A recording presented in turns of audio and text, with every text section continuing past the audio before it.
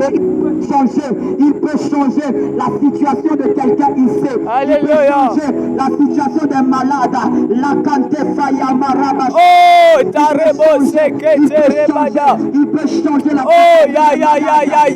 changer la situation d'un pauvre. Il peut changer la situation de quelqu'un même qui est veuve.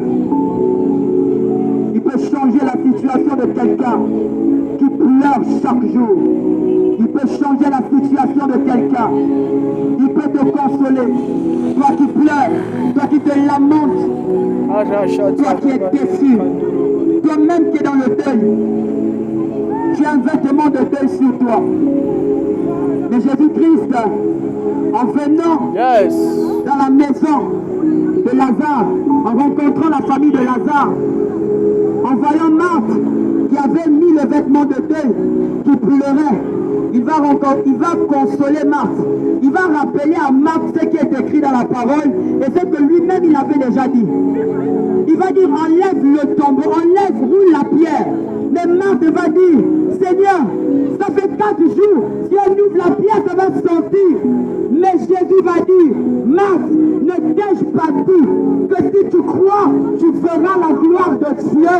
Ne t'ai-je pas dit que si tu crois, tu verras la gloire de Dieu? Et lorsque Jésus a libéré cette parole sur la vie de Marthe, le vêtement du deuil était lâché, le vêtement de deuil était enlevé de son corps. Elle est partie, elle a exécuté. Elle a ouvert la pierre, elle a ouvert la pierre, elle a ouvert la pierre, elle a roulé la pierre avec d'autres hommes. Elle a vu le miracle de Dieu s'opérer dans sa vie. J'aimerais dire à quelqu'un ici, ça concerne quelqu'un. La Bible nous dit que Jésus va être entouré d'une foule de personnes. Ça s'est produit réellement. Jésus va être entouré d'une foule de personnes. Il va être au milieu de la foule. Tellement plusieurs personnes voulaient le toucher, tellement plusieurs personnes voulaient le voir. Jésus va être entouré. Il va être entouré d'une foule de personnes. Et lorsqu'il sera au milieu de la foule, la Bible nous dit qu'un homme court de taille, mais riche, appelé Zachée, va vouloir toucher Jésus. Mais Zachée va voir le mouvement de la foule.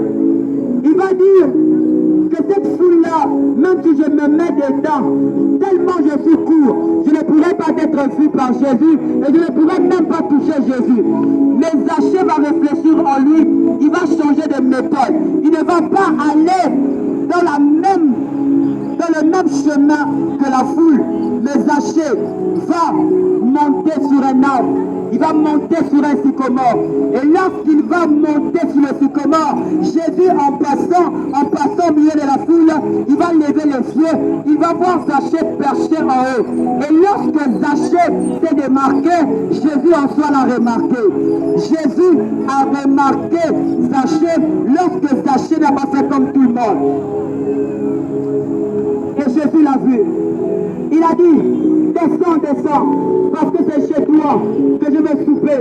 Oh, je vais souper avec toi. Je vais dormir chez toi, Zachée. Zachée ne savait pas que c'était l'heure de sa visitation. Et Zachée ne savait pas que c'était l'heure de sa visitation. Zachée ne savait pas que Jésus entrait chez lui aujourd'hui. Zachée ne savait pas, mais il avait la foi. Il voulait toucher Jésus. Il voulait voir Jésus pour la première fois. Mais Zachée était ignorant. Il ne savait pas qu'aujourd'hui même, c'était le jour où Jésus entrait chez lui. Et lorsque Jésus l'a vu en haut, il a dit, Zachée, descends, parce que c'est chez toi-même là que je veux dormir. C'est chez toi que je vais venir manger. Et lorsque Zachée est descendu avec précipitation, il est venu à côté de Jésus. Il a dit, alors, il faut qu'on parte. Mais l'entourage de Zachée, sachant que c'était quelqu'un qui collectait les impôts et qui volait même les gens, mais ils vont dire, mais pourquoi Jésus va chez cet impur? Pourquoi Jésus passe ce menteur?